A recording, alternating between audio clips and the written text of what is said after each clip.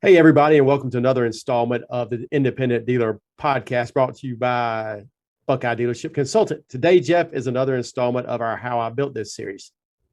Yeah, we've got Yordi out of Sky Automotive in LaGrange, Kentucky. Brand new dealer. It's going to be very inspirational for everybody, existing dealers, new dealers. This guy has been at it, risking everything to get into the car industry. So stay tuned. Here we go. Welcome to the Independent Dealer Podcast with hosts Luke Godwin and Jeff Watson, a podcast by dealers for dealers. Here we go. Yeah, absolutely. Good morning to everyone, and thanks so much for this opportunity to be part of this podcast. My name is Yordi, and my wife and I, we run and operate Sky Automotive US. We are located in LaGrange, Kentucky, which is about 20 minutes from Louisville, Kentucky, and I'm sure the listeners probably know where Louisville is. It's the horse capital of the United States. We have the Derby. It's a very, very, very cool city. We started our operation in 2021. We are a retail business. Our model is retail, and we sell vehicles in the range of $10 to $15 to $20,000. We try to stay in the premium pre-owned inventory. And what our model is, we're trying to provide a little bit more value on the vehicles to our clients. So, Yordi, where are you from? I'm originally from Bulgaria. My mother is Russian, and I'm a first-generation immigrant. And I became a U.S. citizen about 5 years ago. Wow, that's great, Yordi. So before the car business, what were you doing? That's a great question. I've been in the service business from a young age. I was born in Varna, which is on the coast of the Black Sea. And Varna, we have a lot of resorts. This is in Europe. Bulgaria is located in Europe. In a young age, a lot of us work in the service industry, in restaurants and hotels and other businesses. So I, at the age of 17, almost 18, I started working on cruise ships and private yachts, and which kind of helped me to come to the United States. And I had someone help me come here to go to school. So that's kind of how I moved from my country to the United States. But I've been in the service business for a long time, just not in the car service. Well, I mean, there's a lot of difference on what you're selling, but if you're great at service, you can be really great at the car business, correct? Yeah, you're right. We're in the service business, but we happen to sell cars, and we just have passion for this particular business, and but service is it's the actual bone and how we take care of our clients. And to your question, we kind of I carry that experience to this new venture. Yeah. So you've been here I guess been a citizen for 5 years. Did you know someone in the car business, or how did that evolve from service to selling cars? Yeah, I didn't know anybody in the car service. I really like, as a young guy, we all grew up with cars, and like I've heard some other people talking on the podcast. There's always some kind of passion about cars, and we all have it. We all share the same passion. It's just that for me, I think it was the business side of it. It was all of this opportunity that was just passing us by. It's constantly people selling, cars or buying cars, and the idea came, it's like, wouldn't it be cool for us to get our own dealer's license? And here in the state of Kentucky, you have to have your own, a facility. I know other states don't require that. So, that's how we came up with this idea. But I don't have any background in car sales other than, now that we open our own business.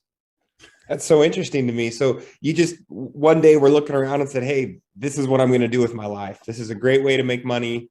I'm going to buy and sell cars. What's the next step from there? As just knowing nothing. I mean, what did you do? Did you call the state? Did you just go out and rent a piece of property? Like, walk us through that process of actually waking up with the idea and then opening your doors. Yeah, and again, you're right. There's an idea, and you have to put your idea on a piece of paper and then create some kind of a plan of action. And I think that was the key for us to kind of look around and start studying what other dealers are doing. And again, you don't know what you don't know, and if you don't have the right support or a friend or someone that actually can point you in the right direction, it's very difficult. In our case, I'll tell you what I did. When we started looking into creating our own existence as a business, as a dealership, I figured out a very, very simple way, which worked very well for me. I pulled the entire dealership list from the dealer association into an Excel sheet, and I sorted all of the independent dealers from the franchise stores. Mm-hmm. And I resorted that file with independent dealers that are around 50 to 100 miles to where we want it to be.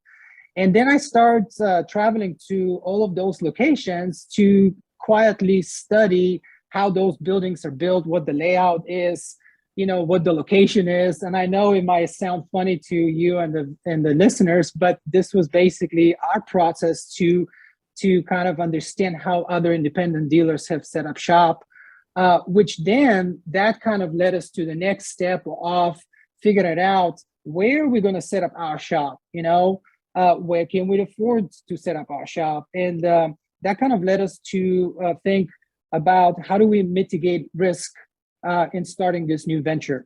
And in our particular case, what we did is we decided to purchase our own piece of property. As you know, almost a lot of businesses, they're destined to fail in the beginning, and we were trying to mitigate the risk. So one of the things that we realized very quickly as a new potential business is about rent and lease exposure. Because we just didn't want to kind of spend a lot of money on rents, not sure if we will be able to even make it, through the first year. So that is why we decided to find a bare piece of land, hire the necessary people to do the engineering, excavation, and everything else necessary to actually build the property. Wow. And this is how we were able 5 years later to create our own dealership. And it's been very painful. It's been a long process. I GC'd the whole process because we didn't have the money to hire a GC company. So I had to learn what a construction company does very quickly, let alone trying to even dream about when would be the time to open the dealership. Well, that's really neat because there's so many dealers that, like you're talking about, get trapped in a bad lease or a bad property, and then they can't get ahead. But it sounds like you really thought this out and wanted to start building land wealth by having your own piece of property. And I was looking at your pictures on Google. It's a wonderful looking shop and building. That's pretty impressive that you really studied it and decided this is the way we're going to do it. I mean, is that how your brain works? I mean, it sounds like it to me. Hey, real quick, everyone, make sure you are signed up for TaxMax. We are in the midst of the fourth quarter program, coming up on first quarter here pretty soon. You need to get signed up. You need to train your staff on how to file people's taxes right in your dealership. The money's going to be out there, Jeff. You just got to make sure you get it yourself. And one of the best ways to get it in our industry is using TaxMax. Yeah. So if you're a new dealer, like you're Yordi, you just barely started, this is a service you can offer to your customers that's going to help them buy those cars. People come in with cash. Maybe they're a couple bucks short. You're able to front that money for a couple of months, assuming your cash flow is going to allow it, and you're going to defer that down payment until tax time. So I'm constantly looking for ways to scheme here at the dealership and help people understand that it's the way to get into a car now, because guess what? My inventory it's thinning out every day, and it's harder and harder to replace them. And I guarantee you that nice third row SUV I have on the front line, it's the only one I'm going to have for the next 6 months. So if you want it, you got to get it now. Use that tax money. Use the tax money. Get it done. Yes, and it's a lot of vision. It's a lot of dreaming, and that's where we all start. It's an idea that you have to put on a piece of paper, on a napkin, or whatever you have handy, and kind of start working its way into what, the reality of it. And what I've realized, it takes time. It took us 5 years from the time we found the property until we opened our doors for operations. Wow. And for a lot of people, they say like 5 years, it's a long time, but 5 years go very quickly. So my point with this is that now we're sitting and just, kind of smiling and looking back, and we know that we did the right decision to go through this hardship to build our own property. And another thing to point out is, like, on the independent dealer page, a lot of times you have, existing dealers kind of mentioning that, there's time when they have to move to a new location. And that's very hard when you build like, this network of your clientele and business, and suddenly have to go somewhere else and start all over. It's not that easy. Yeah, I definitely think part of the used car business model is, ideally controlling the land that you're on. It can kind of be a real estate play, much like they talk about, McDonald's and some of these places. It's less about the burger and it's more about controlling the real estate that's under the store. So it really, hats off to you. You kind of went at it. Most people would just, try to get a license and start selling cars out of their driveway or some little rented piece of land. But you, sounds like you went all in from day one. We did. And I think, for our listeners and anyone that is thinking to go that route, obviously we're all different. We have the different capabilities to make this a successful, venture. It's just that if you decide to go through our process, the way we look at it is that we're serving our communities, we're serving people outside of our communities, but we are able to embed our existence in the community, and it just makes it to a better story. When you talk to the local officials, the mayor, everyone else around you, it's like, people really like that you're a landowner, on top of that, you're a business, but you're also a landowner. So there's kind of more skin in the game, if you would. And also it helps the clients when you start selling the vehicles to kind of say, hey, you know what, kind of welcome home. This is my home, my business. I own the land. I'm here to serve you. So that was part of the thinking process, why we chose that route. Let me ask you this, Yordi, because I'm sure a lot of new dealers are going to be asking this question, and you don't have to answer it if you don't want to, but how do you afford to build? Was this, because I know a lot of people are probably like, look, I'm just trying to get enough money to put cars on the ground. How am I going to come up with, even if I go the SBA route, I've got to have 20% down or 10% down, or help us out there. How can you even afford to build a building and then still have money to put cars on it? That's a great question, Jeff. It is a great question, and I don't mind sharing how, because I think this is the whole point of this series, is to help someone else, to educate them. So we're not coming from a background of where our parents are wealthy, or we kind of got lucky with financial instruments, or we had full-time jobs, and this been in the coming for a long time. What we have done is we have been very regimented. We have saved our money, and what we were able to save, we had a very good base to actually put a good estimated pro forma, and say, okay, this is how much cash we have, and what else do we need in order to make this happen. So if you look at the pie charts, there's a certain percent of what you have available, working capital. Then you have, for the, working capital for the business, and then you have, money to start the construction. And then the rest is like financing. Where do you get the financing? And as you guys know, and probably our listeners know, we're all in the same situation. It's hard to go to a bank and talk to a banker and say, hey, guess what? This is who I am. This is my idea. And guess what? Immediately, because you're a car dealer, they always like, no, it's very risky. I will not give you a penny, because that's how the business is. There's no assets. There's nothing for you to show and back up, your venture. And what we did is actually probably like anybody else. We use HELOCs. We use credit cards, and basically we just milk the process as much as we can. And that's why it took us 5 years to build this, because we were not in a hurry based on our financial situation to build it overnight, because simply we could not afford it. And I remember I will go to bankers and they will say, I'm sorry, I cannot help you. And what I'll recommend for you, it's the term they use, it's bootstrapping. I'm sure you have heard it. And I kind of knew what bootstrapping is just through my own thinking, but they explained it to me. You have to go ask friends and family to give you money. So also I have to give credit to my parents and our parents, that also helped us. So yeah, that's how we put it together. And go ahead.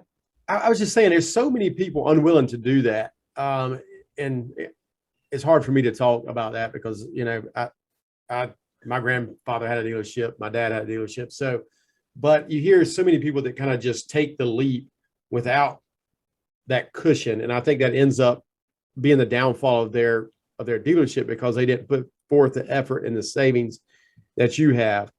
Is that part of the culture you came from? Is it just you? What is it?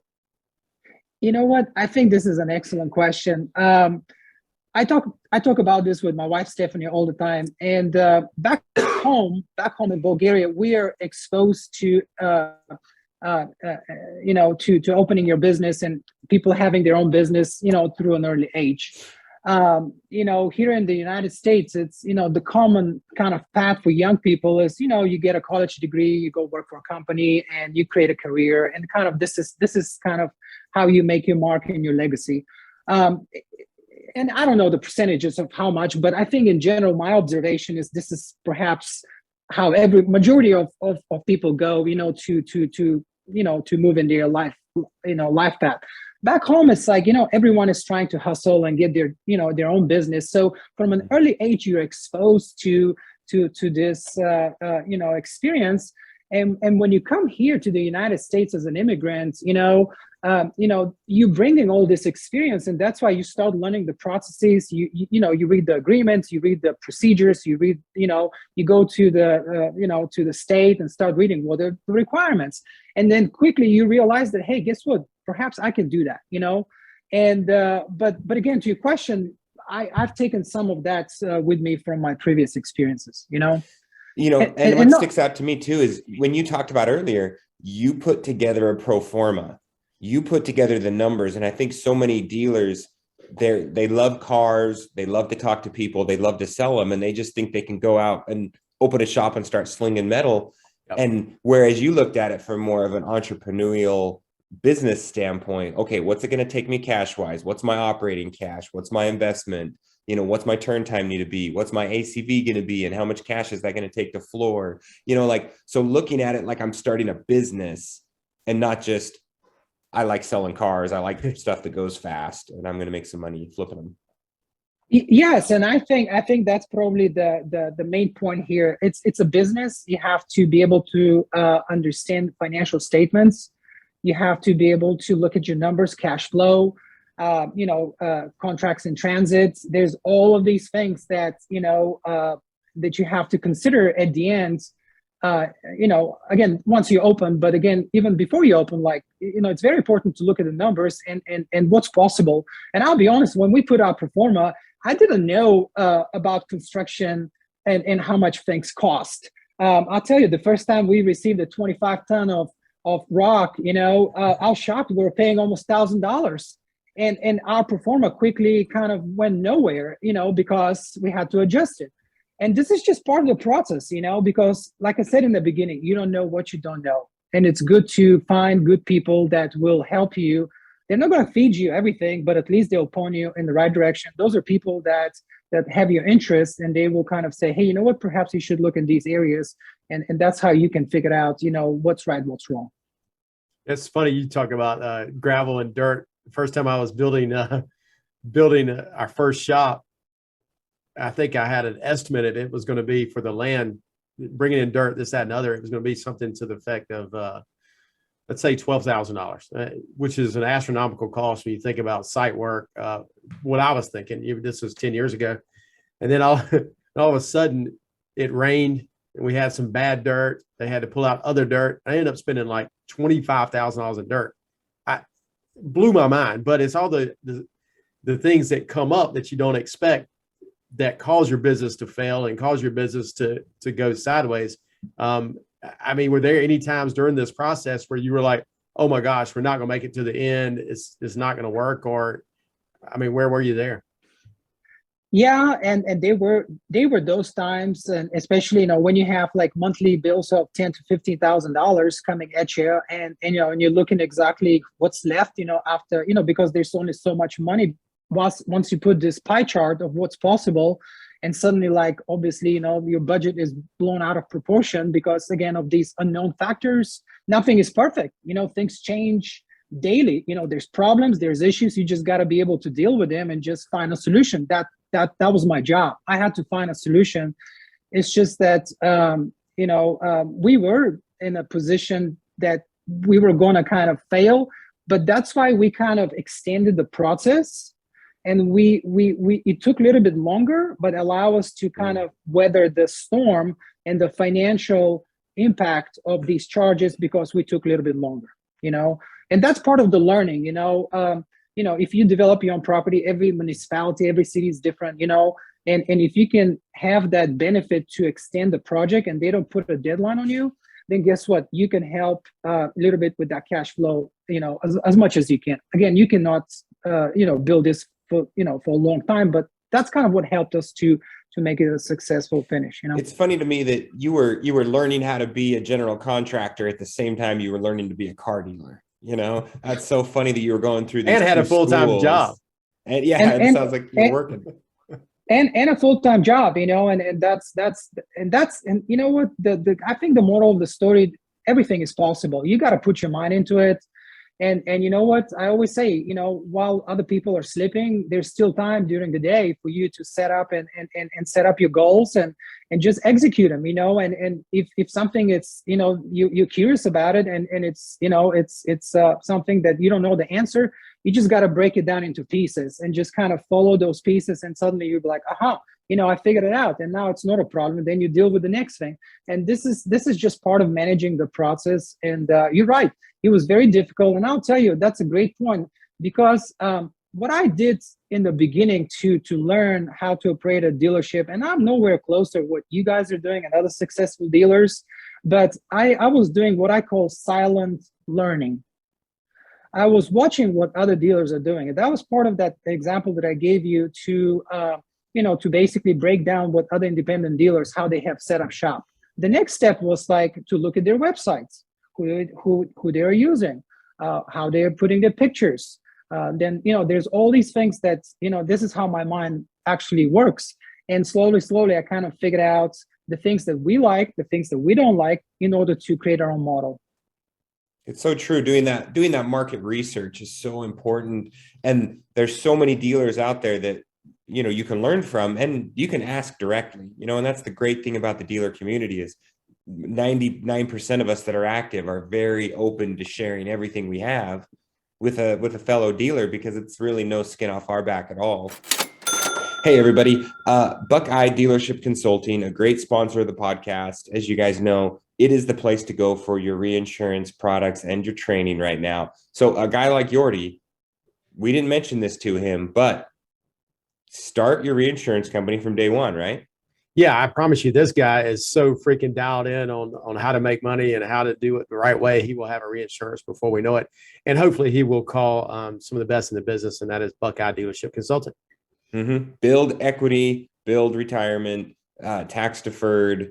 It's a great product. So get a hold of the guys at Buckeye. You kind of learned how to make the car lot.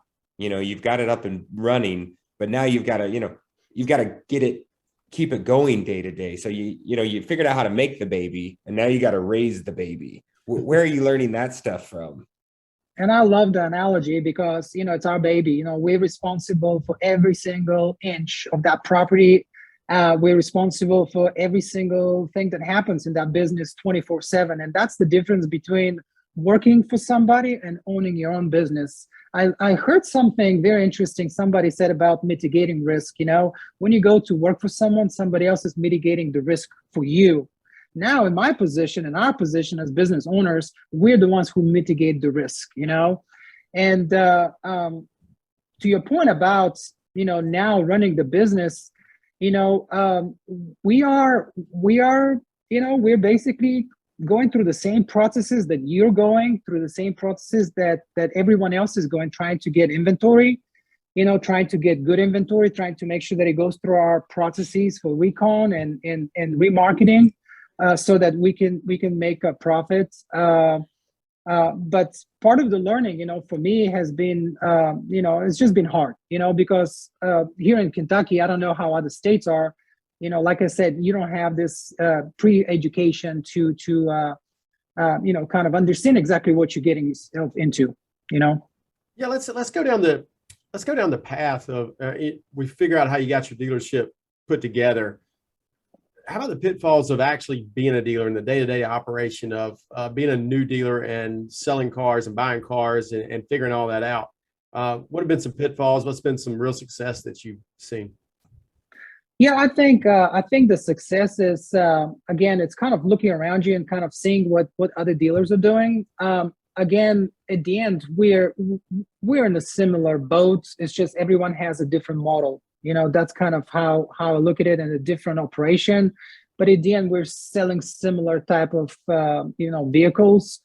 The success for us has been that we have just put a lot of effort into studying. Cylon is studying, and also we have few mentors that actually have helped us throughout the process as well. But the success is kind of understanding kind of where to buy good inventory. Also, another success is what is your support structure, and what I mean by that is in the beginning when we started, like I didn't have any vendors because our model, we outsource all of the processes. I'm talking about detailing, dent repairs, mechanical work, tire repairs, all of that stuff that's necessary to bring that vehicle back to its beauty. Everything is outsourced. And again, I know some successful dealership, they actually house all of those processes, and I understand why. It's just in our case that is our model, and again, our financial capability at this point. So the we just got lucky to find good vendors and good people to onboard us, and that's how we built our confidence. Now when I go to auction, like everything else, I can look at a car. I'm not a specialist, but I can look at a car, and what I've learned, carry it for the past 6 months. We've been open for 6-7 months, and I can take those experiences and say, okay, let me take a picture. Let me send it to the painter. Let me send it to the dent guy. Hey, what would it cost for this to fix, give or take? You don't have to give me 100% because you can. And then I go back and kind of reconstruct the process and say, okay, if I pay for all of these items, here's my dealer fee, here's the vehicle. And then I look on Car Gurus and I look at different platforms, what I think it's called a market analysis, to see what somebody else is selling the car. Then the question for me is like, would I be successful if I put all of these expenses? And then that kind of helps us to figure out if this vehicle is for us or not, but the success is kind of like, it's the same channels. Is it a local auction house? Is it CarMax?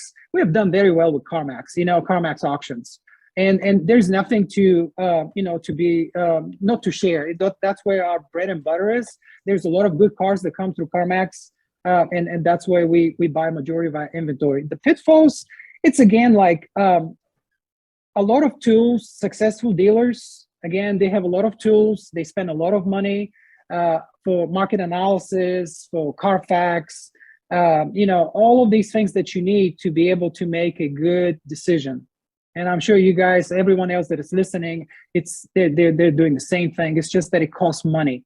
So we're kind of like, trying to, make sure that we spend the money wisely. Is it Autonic? We use Autonic. We advertise on Car Gurus. We advertise heavily on Marketplace, and those are the things that kind of you figure out, and you're trying to be very, very careful not to overstep your financial exposure, but it's really interesting. Let me stop you there, because putting myself in your shoes and remembering, 15 years ago when I was in the lane buying cars, and it really mattered to me if that car had good tires. It really mattered to me if that car had a dent or a scratch or seats, and that's such a refreshing thing. And I think all dealers at any level can take themselves back to that place of when they used to really count every dollar of recon, and it mattered to them when they bought the car. I think we definitely get to the point, and I know I do, where I'm looking at the auction list this morning, and as long as the car is sitting on the wheels and not on the hood, like as long as it's right side up, Yeah. I'm like, I'm going to buy it. But I think we start losing that kind of almost pride in purchases. You know, when you have a limited credit line, or when you're like, hey, I only have 20 grand to spend this week. I got to get the best 20 grand worth of cars out there, whether that's 1 or 5 or however my business model is, but like it matters to me. That's such a refreshing thing. I think all dealers can be reminded of. For sure. Absolutely, and I think it's just that this is part of the learning, because these things matter. And again, it's the math. You know, how much you're going to spend, and at the end, like a lot of your guests on these podcasts have said, it's like, you know, it's a gut wrenching kind of experience to spend $10, $15, $20,000 on a vehicle, and you hope that's going to work out. And that's why we were. You know, our first car was a 2011, I believe, Acura MDX. And the reason I bought it, because, you know, who wouldn't drive an MDX? It's a luxury car. It's a very nice car. You know, they have their, you know, just issues. But in general, you know, it's a car that perhaps will sell. And that's kind of my thinking, because I'm looking around and I can see these cars, you know, they're put on display and suddenly they're gone. So that was kind of our initial, you know, kind of approach to I didn't want to reinvent the wheel, you know. I just wanted to kind of follow a path and perhaps sell our service. You know, I always tell to people, I didn't design the cars. You like a specific car because the model, the quality, whatever. It's just I'm trying to cater to perhaps what the majority of the population likes, and then sell our service and somehow back up that, you know what, we're there for the long run. You know, that's where the success has been. You know, I'm sure you guys saw our Google reviews. We have 32, I believe, Google reviews so far since we opened. And I have one metric, which I'm very proud. It's nothing to be against any other dealer, but this is a metric for us, that for the time that we have been open, for the 7 short months, I think we have more 5-star reviews than dealers that have been open for years and years, you know, prior to us. And I think, and I know Jack, with Handsome Motors, I think he kind of mentioned that as well in one of the previous episodes, that, you know, you have to go above and beyond to earn someone's respect in the 5-star, because this is what exactly sells the cars. I'm having a couple coming tonight from another 2 hours away, and the reason they're buying our car, which is a good car, it's because of our 32 5-star reviews. So these are some of the takeaways, the successes. And again, like I started, it's about service. We're in the service business, just happen to sell cars, you know? It's the beauty of being the dealer that is also the seller and interacting with the customers, is you take so much pride in that interaction and so much pride in that car and getting those 5 stars. And then as you start to grow, you maybe get distant from it, and your employees don't take that same kind of pride of ownership. Or maybe as dealers, we lose the ability to communicate that to our people, to make sure that they know how to treat a customer the way we would treat them. Yeah. So Yordi, looking forward, what is your goal? Let's just paint that in the last couple of minutes we have with you. Where do you see this going, and what's your goal for the next year, 5-year, 10-year? Yeah, you know what? I wanted to. That's a great question, because again, it's very important to set up goals, and like I'm a firm believer, just write those on a piece of paper and just look at them every day. Just wake up with them and go to bed with them, and just start kind of breaking those big rocks into small gravel pieces, you know. And suddenly you will get your answer, and everything's going to work out. You know, we set up very, very modest goals for this year. You know, before I kind of go for what we are hoping to achieve. You know, for this year, we wanted to break even, and we're definitely beyond that point. We're very blessed. We're already profitable, and I'm not bragging. It's just that this is the reality. You know, if you put your mind and soul and have the good backup of your family and friends, you know, everything is possible. So our goal was to break even, and we're beyond that. So that's one thing for the goals. And the second thing is, I wanted to experience 2 wholesale vehicles, you know. So yesterday I was able to wholesale 2 almost brand new vehicles to a franchise store. I also wholesale a vehicle to an independent shop. And the reason I set those goals is because I wanted to create more connections. It's very difficult to connect with people at the franchise level, because there's so many people in front of you. And as you know, it's these relationships are important where you can get them. to be able to be more successful in the buying side of the business. And to be honest, I just feel very proud that I was able to show, the big brother, if you would, or sister, and be like, hey, guess what? I can operate on your level. I'm trustworthy, and I can deliver for you because, market is crazy. There's car shortage, and here I am. I'm gonna do my best. I can pass these units to the auction, but you know what is the right thing to do, and that's how you build relationships. So these were the things that personally I wanted to achieve. For the future, definitely I would like to get involved with our independent dealer association. I'm dreaming about becoming a certified dealer, through the National Dealer Association. I know there's a cost for it. We want to grow our business.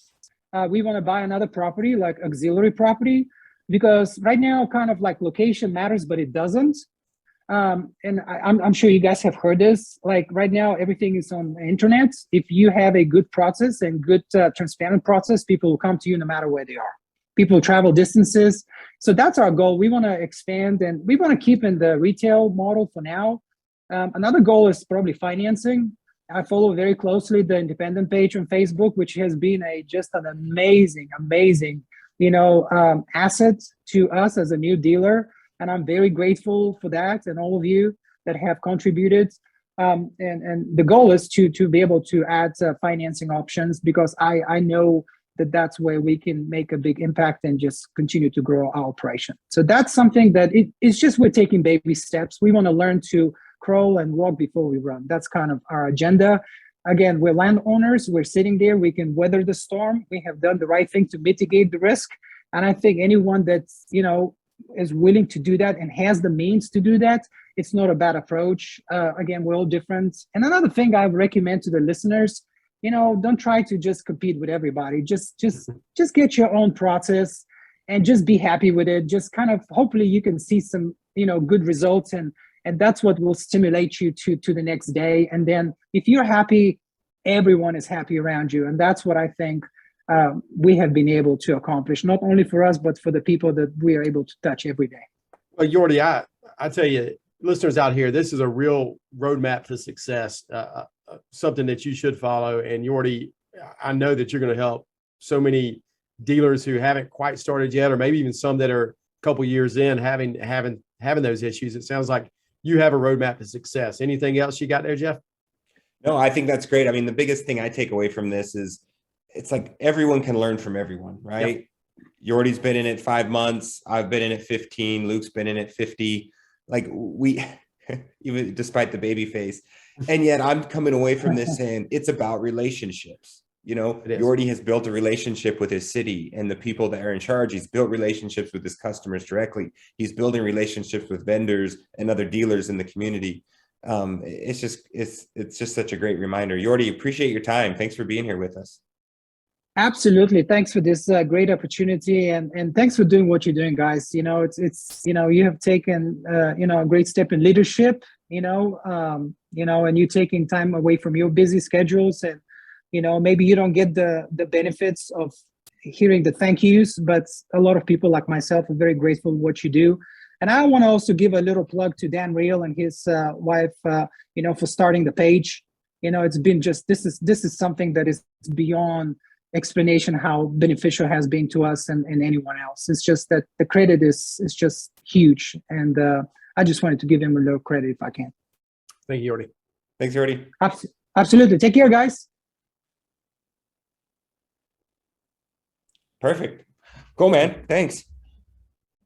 Yeah, I appreciate it. Thank you so much for this opportunity, man. It's guys, it's just been a hard process, A lot of times, we're not all blessed to come from this industry, and that was my dream. I've seen a lot of friends that had businesses, their parents, and, my dad was just a military guy. My mom was just she was a music teacher. And, but again, we just hustle. Life is hard. Life is hard here in the States, It's just, you got to hustle. You got to do what you got to do to make it, to feed your family. And, we're just blessed, and now I'm just happy that I'm in a position to help others.